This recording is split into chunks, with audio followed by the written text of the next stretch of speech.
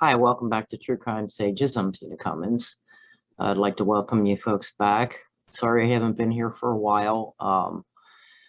It's been a while since I've made any videos. The fact is I have COVID and I haven't been doing too well.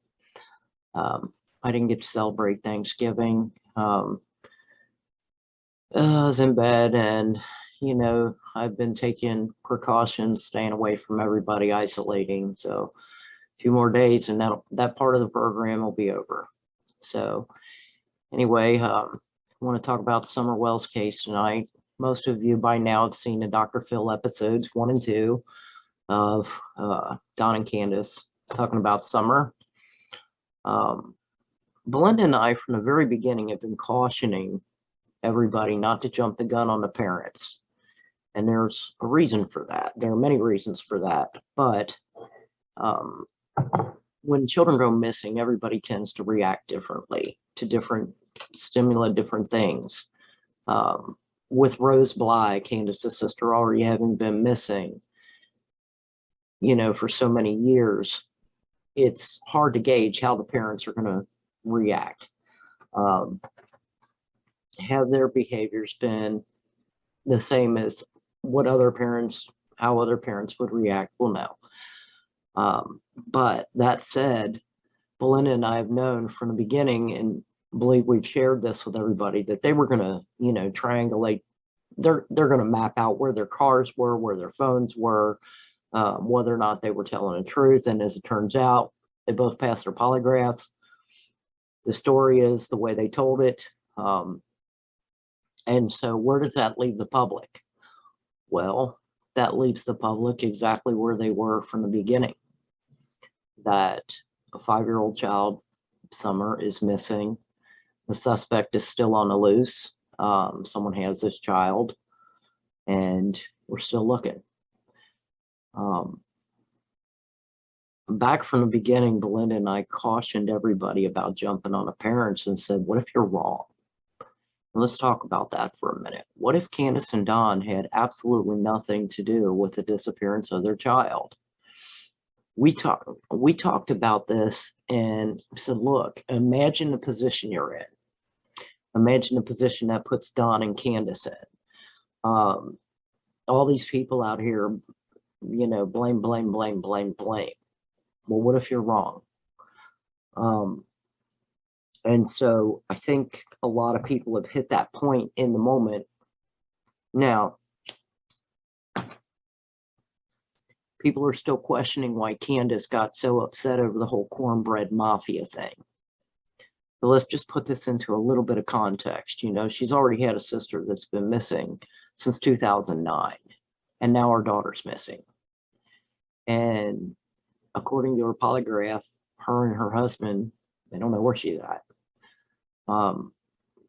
So you have to ask yourself, did the words mafia upset her and make her essentially lose it? It's very possible.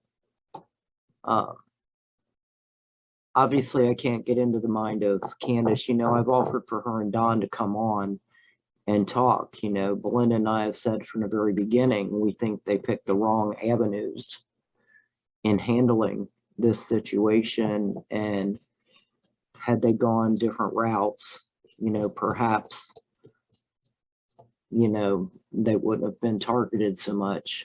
But, it is what it is. Their daughter's missing. They passed their polygraph, and, their timeline's been punched out, and police are still looking to question the driver of the red Toyota Tacoma. And, it's interesting that both Rose and Summer, two members of the same family, went missing in very similar fashions, like they just disappeared. Is there something with that? We don't know. Now, when Candace was on Dr. Phil's show, she got very upset and she started crying when they were talking about the cornbread mafia.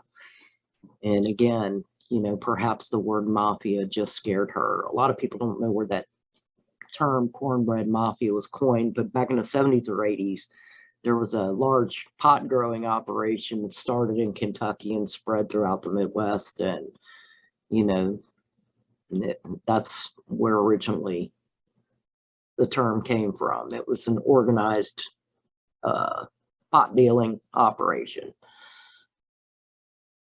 So anyway, you know, did that scare her? We don't know.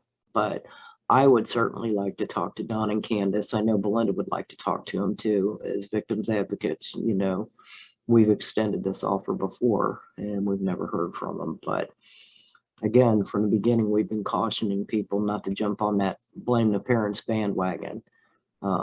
Because if you're wrong, you could be making horrible, horrible mistakes. Anyway, still looking for Summer. Someone obviously took her off that property. The question is who? And if you can eliminate the parents by polygraph and timeline, then that does narrow the focus a little bit. That's all I have on this topic for tonight. If anybody has any information about the disappearance of Summer Wells, please call 1-800-TBI-FIND or 1-800-THE-LOST. That's all I have for now. Thank you for watching. Good night.